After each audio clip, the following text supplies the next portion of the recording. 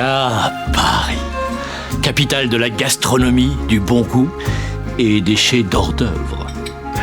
Tout le monde sait que la cuisine française est la meilleure du monde. Et parmi toutes les bonnes adresses de la métropole, il y en a une qui est... Oh, j'en ai l'eau à la bouche rien que d'y penser.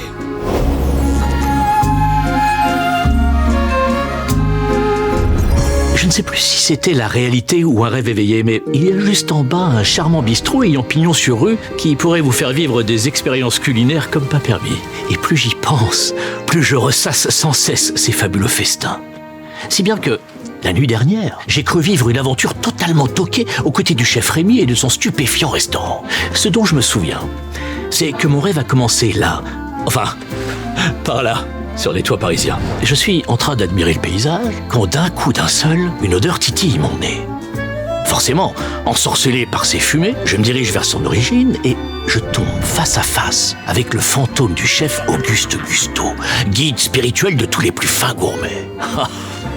Ah, comme j'ai dévoré son livre, tout le monde peut cuisiner. Et là, comme s'il lisait dans mes pensées, il me guide vers l'endroit d'où s'échappe ce doux parfum.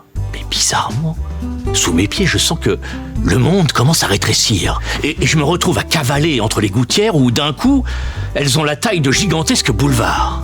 Et au détour d'une ou deux cheminées, je rencontre enfin ce chef des plus extraordinaires. Haut comme 3 pommes, le museau bien aiguisé, un savoir-faire comme pas deux. Rémi se tenait devant moi. Pourtant, Rémi semblait être agité, en manque d'inspiration pour le dîner du soir.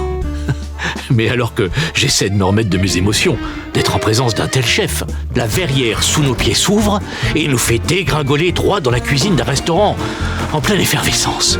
Dans toute cette folie, moi je me mets à suivre Rémi qui essayait de nous cacher des regards suspects. C'est un peu brumeux. Je crois percevoir que dans cette cuisine, Rémi a un complice, un certain Linguini. Grâce à l'aide de ces jeunes commis, nous avons pu nous échapper directement dans le garde-manger. J'y découvre alors d'autres convives qui attendent, comme nous, que Rémi soit inspiré. Ou est-ce juste l'heure du goûter ? Ce rêve, j'ai l'impression de l'avoir vécu en vrai. J'en ressens encore la chaleur et la précipitation de notre course effrénée. Oh, en parlant de chaleur. Ah oui. Ça va aller.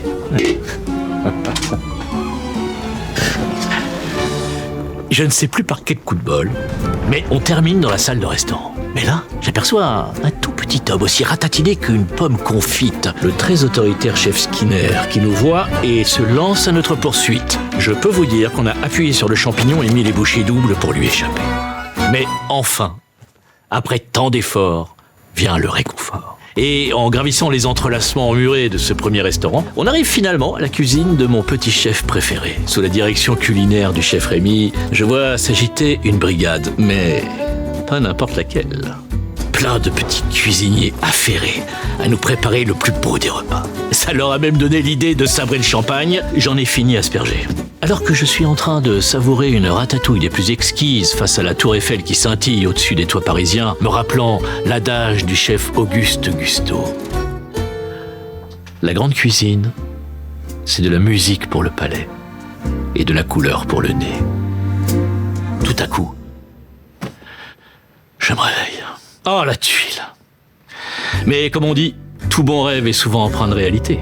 Car je n'ai qu'à imaginer me pencher par la fenêtre pour apercevoir le bistrot chez Rémi, le restaurant le plus fameux de la capitale. Dans une petite alcôve faite de hauts couverts et de bouchons de liège en guise de tabouret, un repas digne des plus grands palaces parisiens vous attend. Et je dois vous avouer que ce rêve, en plus d'avoir ravi les papilles de votre serviteur, m'a donné quelques idées. Car s'il y a bien un endroit où la cuisine est un plaisir pour tous les palais, c'est bien au bistrot chez Rémi. Et cela peut-être vous donnera des envies de vous mettre vous-même au fourneau. Car comme le disait Gusteau, tout le monde peut cuisiner. Si toi aussi tu veux être incollable sur l'univers de Disneyland Paris, abonne-toi pour découvrir toutes les autres vidéos.